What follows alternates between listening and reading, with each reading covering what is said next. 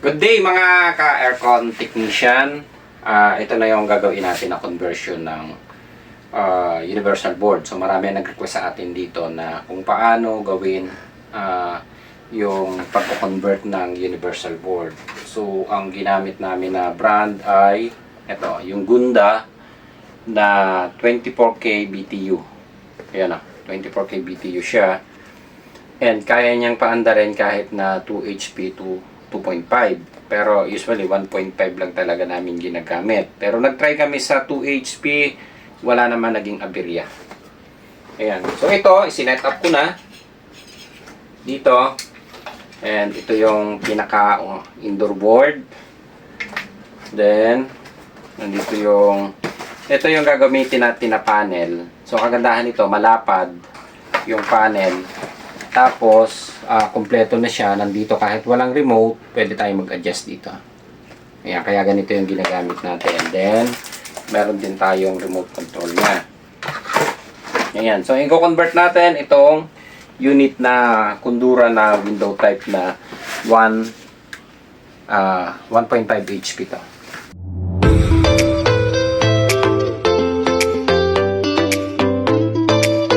Ito na yung board na pagpapalitan natin. Ayan, makikita nyo corroded kasi talaga siya. Kaya sabi ko wala na. Kahit i-repair. Actually, napa-under namin to. Kaya lang, pagka ganitong corrosion, hindi na to tatagal talaga eh. Ayan o. Oh. Yeah, medyo madugo na. Then, tingnan nyo. Kaya kitang-kita na nabasa talaga siya. Ayan o. So, ang gagawin natin, lilinisan ko na lang muna. And, ito yung universal board. Ayan. So, ipapasok natin siya dito. Ayan. Then, ang problema, dapat idikit natin doon sa pinaka heatsink na yan. Itong aluminum na to, yung heatsink ng ating universal board. Kaya lang, kung titingnan nyo to, mas malapad yung heatsink nito. So, gagawin natin, susukatin ko na lang siya dito, then tatapyasin ko yung gilid para kumasya. So malapad pa naman siya. Ayan. So kakatingin ko siya dito sa tapat na to. Ayan, para pumasok at mailapat natin yung universal board. Ito tatanggalin din to. Dalawa. So gagawin ko muna, lilinisan ko muna. Ito yung cover . So yun, minarkingan ko siya. Kakatingin ko na lang sila nitong jigsaw ang gagamitin ko para makating ko to.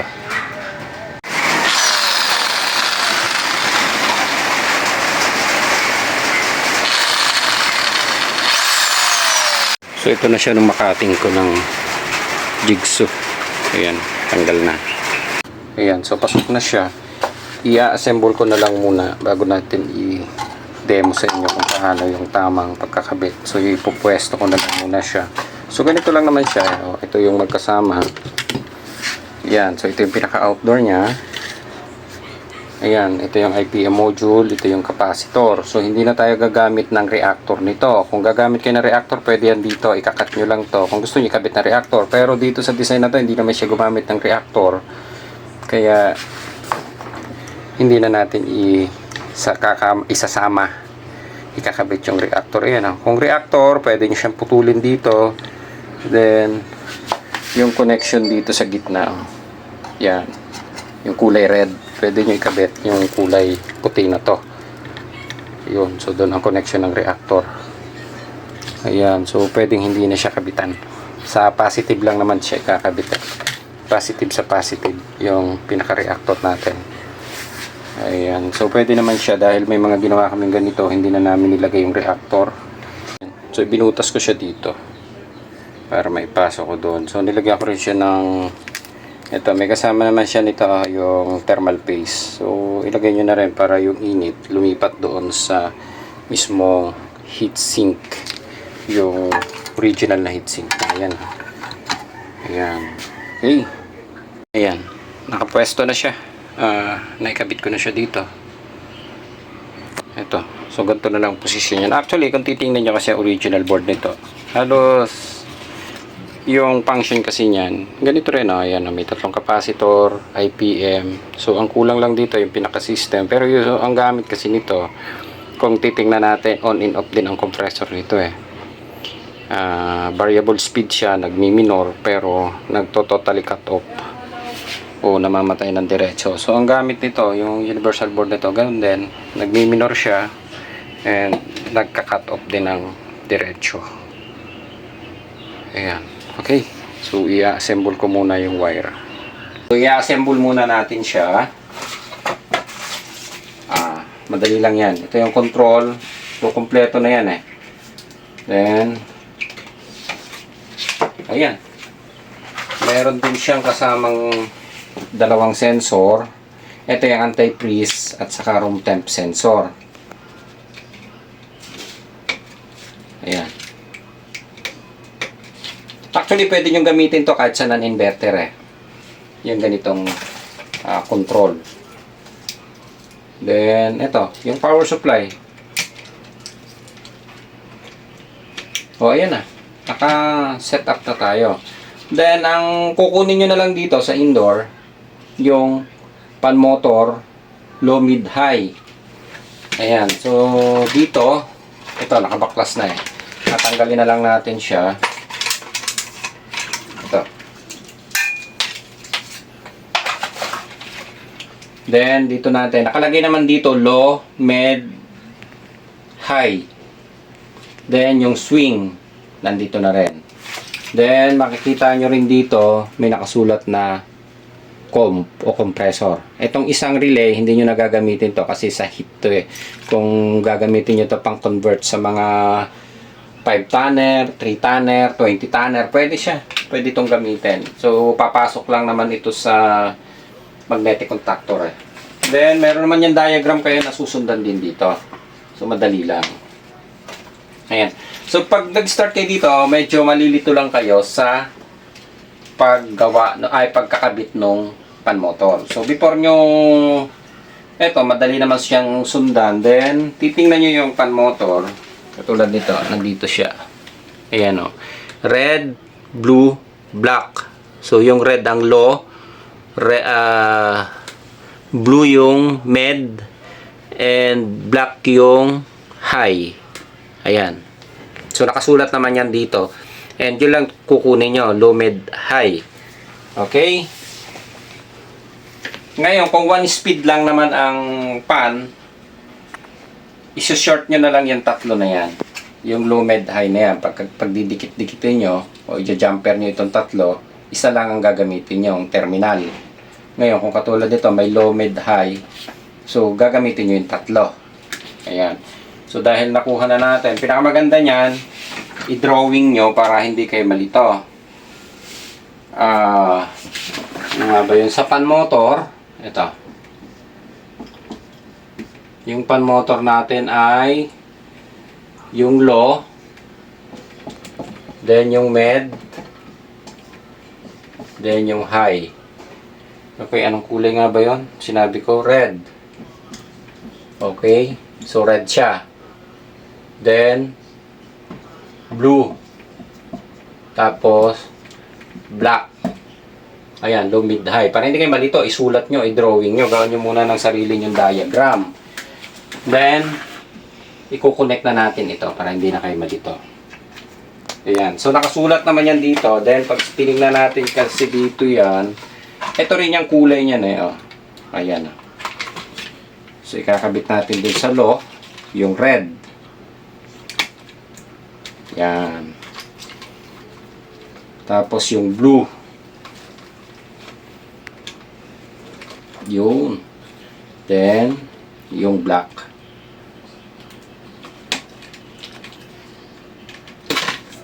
Ipita natin ng konti ito. Yun. Ayan. So, tapos na yung pan nyo.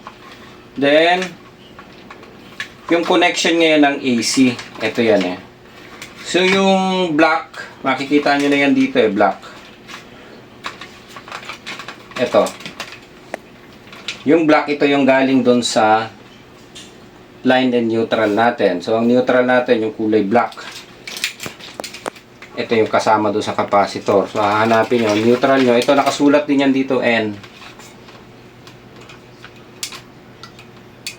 Yan. Tapos sa compressor, ito yan. So, common, ito. Dito nyo na ikakabit yung blue. Yan. So, ito yung line. Ayan, nakakabit na. Okay na yung connection natin. Ganun lang. Then, kukunin na lang natin yung swing motor. Yellow. Ayan. So, nakalagay din yan dito. May nakasulat, swing. Eto, kukonect nyo na lang yan dyan. So, connected na siya lahat. Eto, huwag nyo nang bubunutin yung nakakonect doon sa capacitor para hindi kayo malito. Magkakasama na yan eh. Tanggalin nyo lang yung binaklas nyo doon sa board. Then, eto na yung black. So, ang gagamitin nyo na lang yung compressor output, kunin yung pinaka-S o yung communication. Ito yung kulay blue eh. Doon nyo ilagay sa isang output o connection ng relay. Ayan. Okay na siya. So, parang ganito lang yan.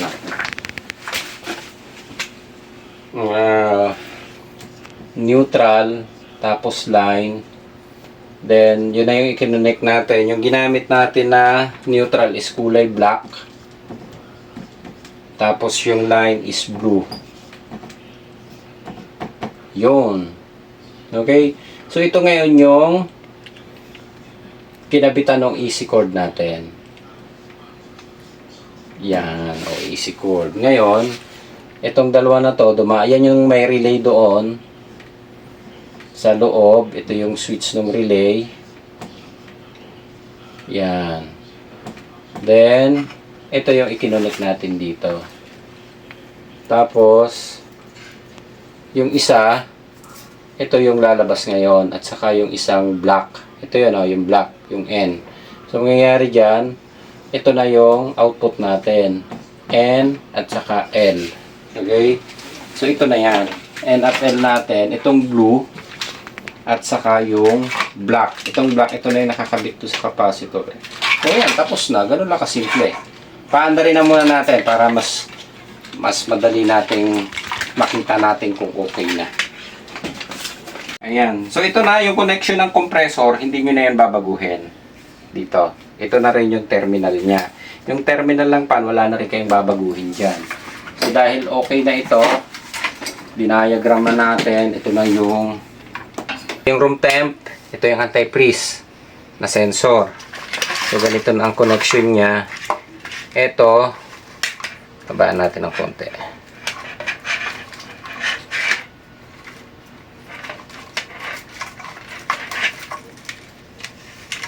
Yan, ito yung display board, oh. Oh, di ba malapad? Pag kinabit nyo yan, sakto yan dito, oh. Oh, yan. Ganito na siya mangyayari. Okay? Tapos, yung connection naman nandyan, hindi na kayo malilito dyan. Ito yung power supply. Dilipat ko lang sa harap.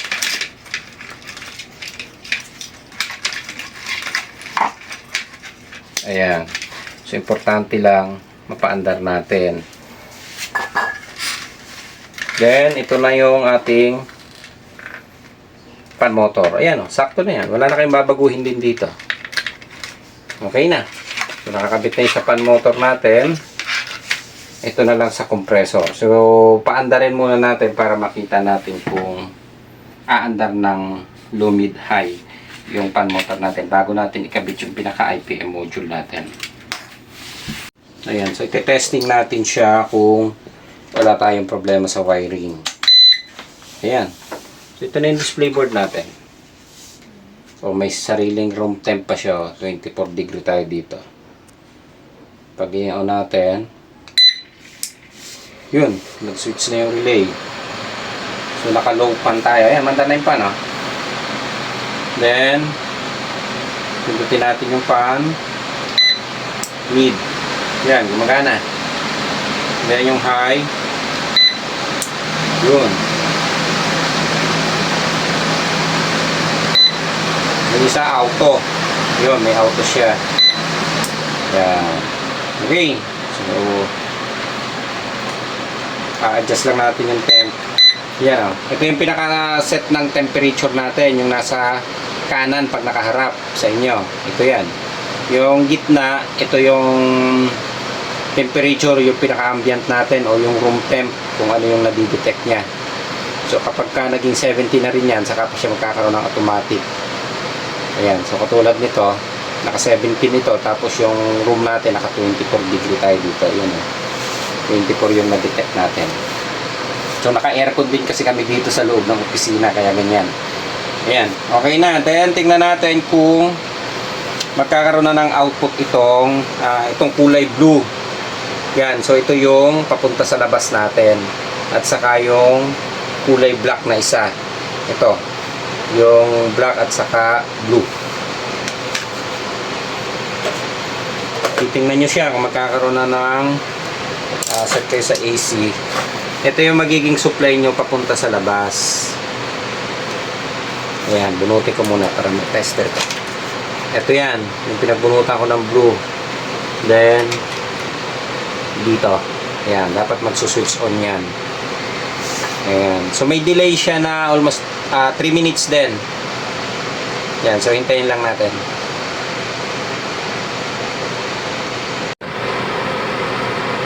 Ayan, meron na. Ito na.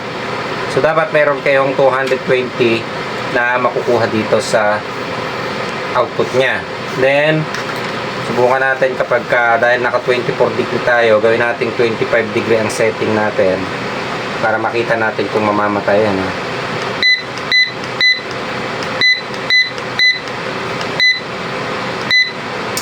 Yun nag-automatic siya. Okay, gumagana. Then off na natin. Ito yung power.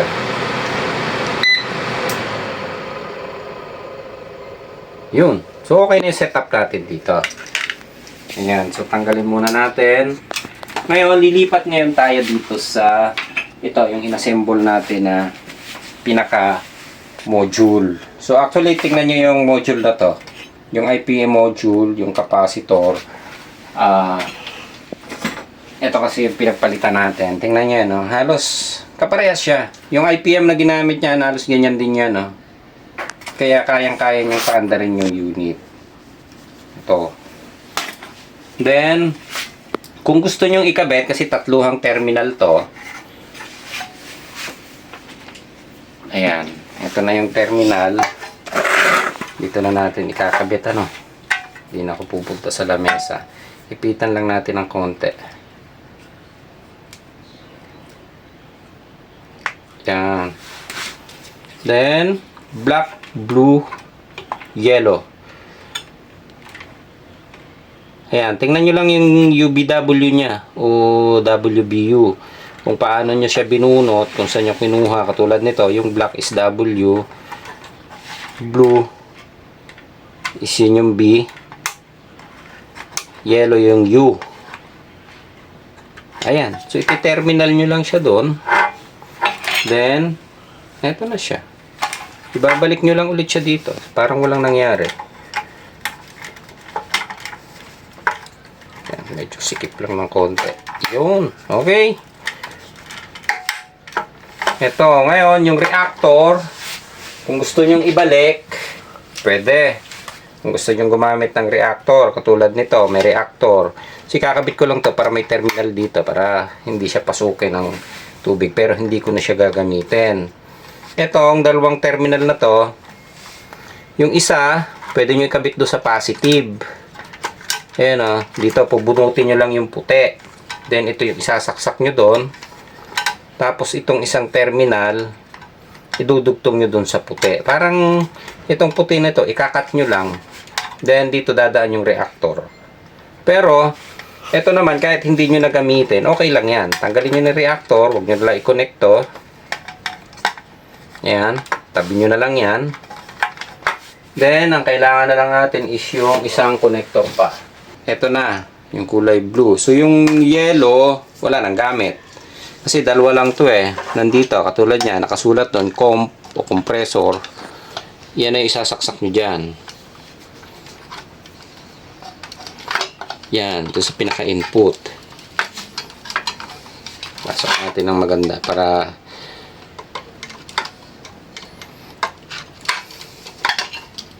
Okay?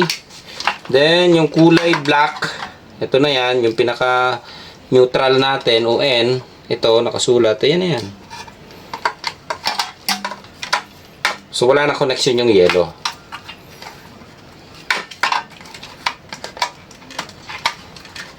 Yan, okay na. Tapos na. Ayan, so parang yung board din na original, yung ikinabit natin dito, ganyan din siya.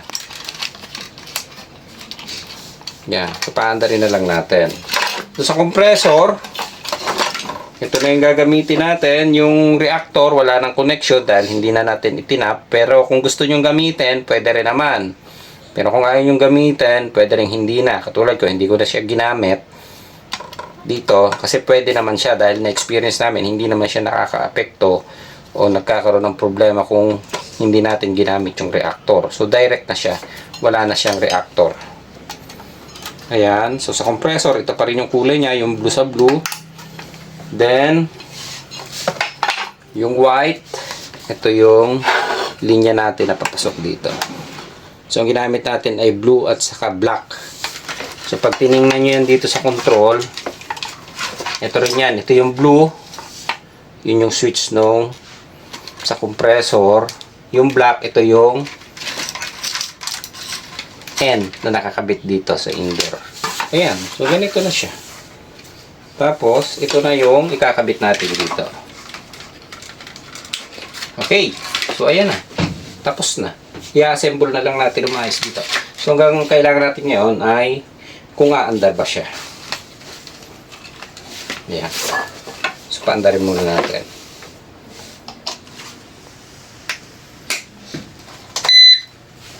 Yun. Tanggalin ko yung tester para di nakaharang dito. Yan. So, wala pang power to dahil hindi pa nag-on yung ating indoor o yung control. Yan. So, yung temp natin, naka 25 tayo, hindi ito mag-automatic o hindi mag-on ang compressor. Ang gagawin natin, ibababa natin siya. Yan. Baba natin sa 18 degree. Yan. So, antayin lang natin na mag-on. Okay. So, usually 3 minutes to. So, standby na lang tayo. Yan. So, habang inaantay natin, kakabit ko tong clamp ammeter para makita natin ang maandar. Yan. Okay. So, 3 ampere. Yung swing motor, ito yan. Nandito rin naman siya. Yan o, swing o. Paanda rin natin swing. Yan o, gumagana ang swing. Okay. Off natin. Yun. Ayos.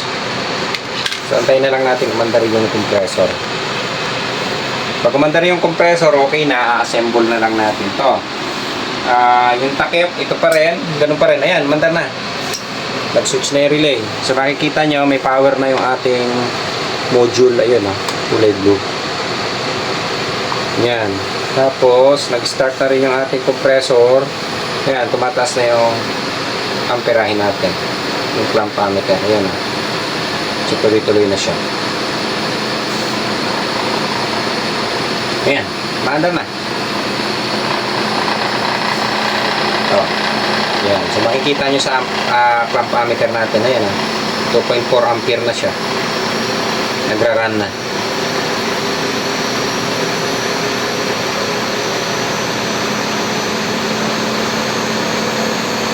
Ayan. So, tuloy-tuloy na. So, mapapansin nyo yan, dun sa clamp ammeter natin. Ayan, So, nag-umpisa pa rin siya sa mababang ampere. Then, pataas ng pataas habang bumibirit yung compressor natin. Then, tingnan natin kung magmamatic ha. So, naka 25 degree tayo sa room natin. Ibababa natin siya sa okay, tataas natin siya sa 25 o 20. Ayan. Ayun. Lambot na kagad. Patay. Kasi nag 26 ako. So, 25 degree yung room natin. Nag 26 ako. Nag-cut off na siya. Ayan. Napatay ang compressor. So, okay na siya. Kapag nag-cut off yung compressor, Stop na natin ang diretso. Patay yung output nito. Patay yung ating tawag dito, yung ating module o yung IPM natin. Kasi relay type yung ginagamit niya. Kapag nag-automatic dito sa loob o naabot na niya yung lamig, magka-cut o magsuswitch off yung ating relay.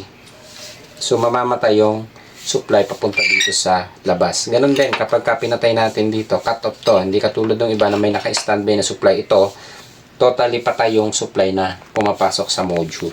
Ayan. So, okay na tayo. I-assemble ko na lang muna ito and papakita ko sa inyo yung tsura ng unit kapag naka-assemble na. Ayan.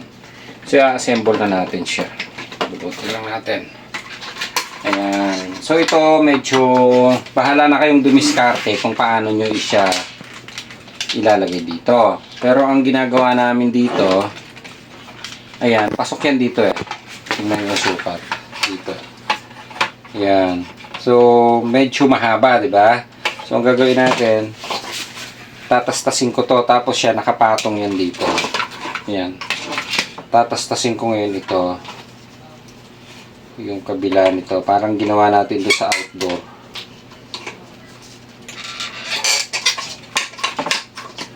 Yan.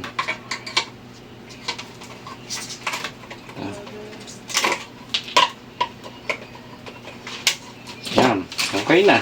Tapos, dito na siya nakapwesto ngayon. Ayan. So, lalagyan na lang natin ng screw or pwedeng pangdikit. Depende kung anong gusto nyong gawin. Ayan. Lagyan nyo na lang dito ng isang, siguro plastic o. Depende kung anong gusto nyo. Pero ito cover na naman to eh. Pwedeng lagyan nyo siya ng tornilyo na may spacer. Ganito na siya. Ayan. So pasok na siya. Pag sinara nyo siya, okay na. Buo na siya. Then, ito yung power supply. Pwede nyo siyang ilagay doon sa may tanggalin natin para mag-pwesto natin ng ayos.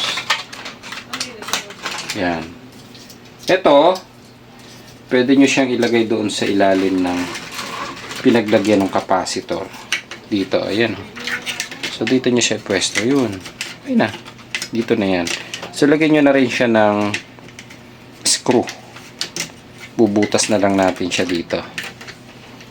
Ayan. Tapos, itong isa sa ibabaw. Ayan. Dito. Pwede nyo siyang lagyan ng tornilyo din dito. Ito meron tayo. Asya pa to. Yan. Ganito siya. Bolts and nut. Lagyan nyo na lang ng spacer o depende kung may panlagay kay spacer or kahit wala na, pwede na rin yan. Basta importante lang, hindi siya gagalaw dito. Ayan. So, pag nakakabit na dyan, pasok na siya dito. Okay na. Ayan. So, assemble na lang natin. Ayan. So, ganito na siya kapag ka-inassemble natin. Ito, ibinolts and nut ko doon sa ilalim. Ayan o. Kaya meron siyang dalawang tornilyo dito. So, ganyan yung pwesto niya. Yung transformer, ito yan, yung pinaka-power supply niya. Ayun, ibinolt ko rin siya dito. Ayan. Then, okay na. So, isasara na lang siya. Yan, medyo i-compress nyo na lang yung mga wire dito sa gilid kasi medyo masikip yan dito sa tapat na ito. Ayan, ito naman pwede nyong i-bend ng bahagya para kumasya. Yan, dito. Okay na. So, i-assemble ko na lang. Ayan. Okay na mga idol, maandar na. Ayan o. Ilagay ko lang sa 16 degree. Then, sukatan natin ang ampere. Ayan o. 2.8 ampere. Okay. So, maandar na. So, ganito rin siya. Balik siya sa original. Yung itsura. Yung nabago lang dito, kung makapapansin nyo, yung reactor hindi na nakakabit. Ito. So, hindi ko na siya ginamit. Tinanggal ko na rin dahil kalawangin na siya. Ayan. So, ito, meron siyang isang ambient sensor. Bukod doon, wala na siyang ibang kasamang sensor sa outdoor.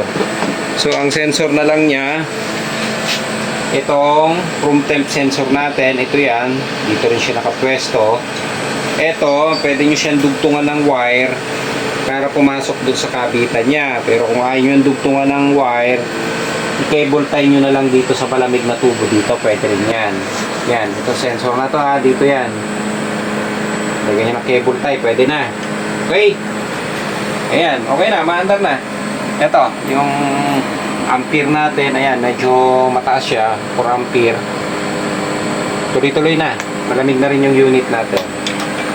Iti-testing na lang natin tong remote to.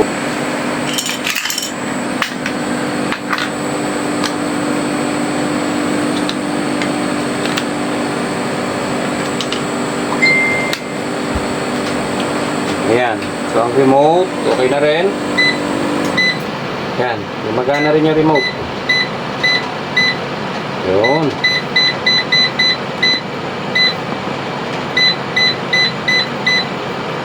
Oh.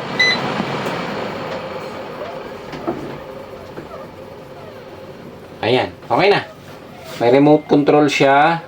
Meron din siya dito ang adjustment. So, ito, bahala na kayong dumiskarte dito, ah. Ito, nilusot ko lang dito. Then, pwede nyo na siyang ayan, i-connect dito. Ganito na siya. And malaki ang screen. Ito, kagandahan nito, malaki ang screen eh. Kitang-kita, oh. Ayan, didikit na lang siya. Kahit double adhesive, pwede na yan. Dito, nakadikit. And dito, pwede na nating ibalik siya dito rin sa pwesto niya. Ayan. Bunutin na natin. Ayan. So, pagka kini-cleaning, ganun din siya. Tatanggalin nyo lang siya. O, pull out na ulit yung board. Iyon, mabubunot nyo na rin yung harap na yan. O, diba? So, ito na siya. Babalik lang natin yung pinaka-cover. And, doon pala sa nagtatanong, ano daw yung ginagamit namin na pan-testing sa compressor. Ito yan, o. Ang laman sa loob nito, yung ginagamit namin na to, ito rin yan. Yan. So, alam nyo na yung universal board na ginagamit namin na pan-testing ng compressor, ha. Ito yan. 24K BTU yung ginagamit namin. And, ayan. Assemble na natin. 1, 2, 3, 4. So, kapag kini-cleaning, pwede siyang tanggalin.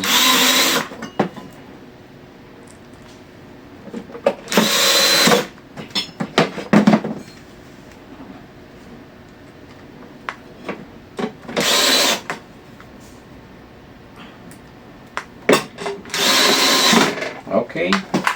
So, dito sa ilalim, ito, lagyan na lang natin ng, ayan, pwede nakalawit na yun na ganyan. Kasi ambient sensor siya. Kaya yung isang sensor niya. Tapos, ayan na siya. Then, ito na rin yan. Kapag kakabit nyo, kung saan nakalagay yung kulay blue na yun, yun din yung blue dito, ha. Baka magkabaliktad na naman kayo. Gawin nyo na namang magic to, ha. Yan, so hindi ito minamagic, ha.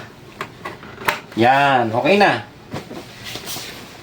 Hirap kumita ng pera, no? Ayan, so nagkanda tuwad-tuwad na ba tayo dito? Yan. Okay, o, tapos na.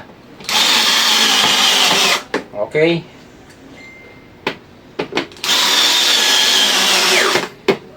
Ayan, so balik na ulit siya sa dating pwesto niya. Ito, lagyan nyo na lang ng cable tie ito para hindi nakalaylay. Ito tayo.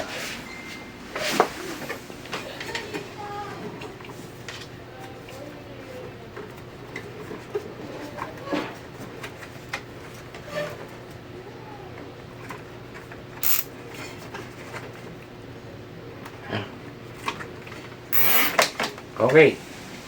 So, ayan. Ganyan na siya. Ayun. Oo, di ba? Ayos. Putulin natin.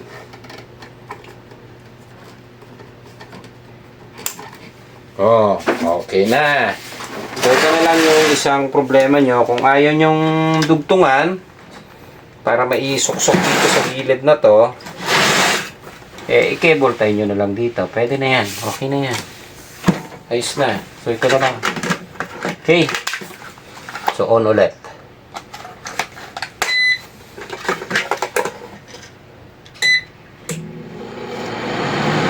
Ayos.